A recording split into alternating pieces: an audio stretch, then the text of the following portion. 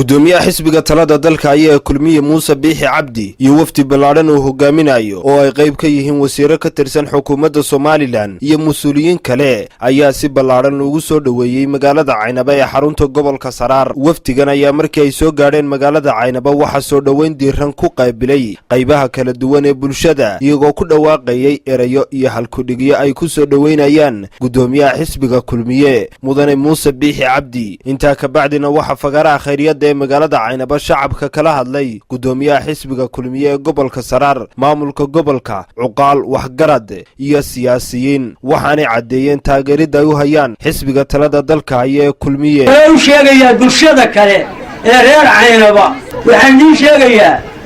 haddaynu 130 kun cod qaadano ayuun baynu xisbigana wax tari karnaa. Ilaahay barakaatu gudoomiyaha sida aragtay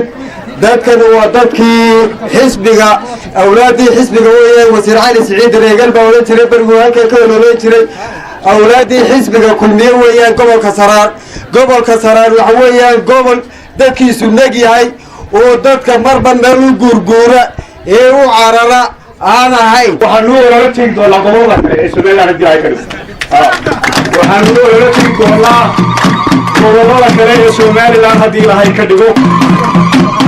wareer Saraareedow iminkaynu iswar taaganaayeen inaynu kulmiyo doorano oo Muuse Biixi doorano soo kuma inaa ballamin waan fadhiyaa weynala joogaya wixii aan arrinaa anaga noo dhimay waxaan ku dhamaysan doonaa caawa waxaan leeyahay ku soo dhawow gudoomiye musharax madaxweynaha mustaqbalka Muuse Biixi Cabdi. xubno ka mid ah wafdiga oo hogaaminayo murashax Muuse Biixi Cabdi oo dhankooda shacabka la hadlay ayaa ku baaqay qaadashada kaarka codbixinta. dhaqankii tahay dhabarkaaga ay fadhiyaan haday xildhibaanadii qaranka tahay dhabarkaaga ay fadhiyaan haday shacabkii iyo waayeelkii iyo caruurtii tahayna hortaaday tuban yihiin dhammaantoodba waxay u soo gurmadeen inay ku taageeraan. marba guurguure marba meel tagay yiraahdo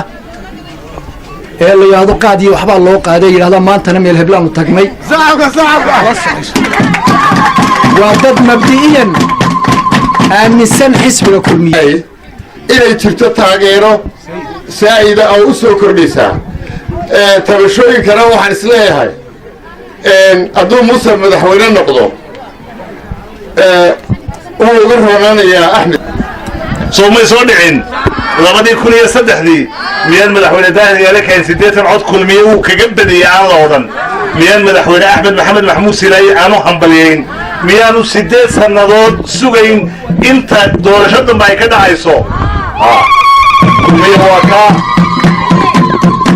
kulmiye waa xisbiga wadada Soomaali ee talada dalka haya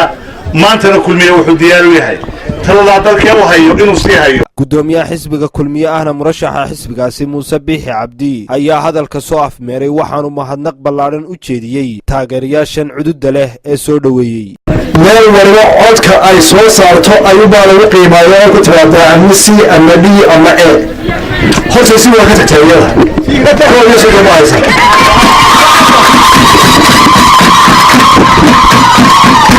qaadashadii tiradiina cidna bareymay saaray si waa ka tagteen marka diiwaangelintii waxaa ku dhaaftay sidii waxaan jecelahay inaa markaad codka bixinaysaana intiiba keentaanoo aadbiyana dhaaftaan oo ku soo caasimaha la tartantaan waxaan soo ku darayaa codsiga inaan codkaana kulmiye ku weejataan markaana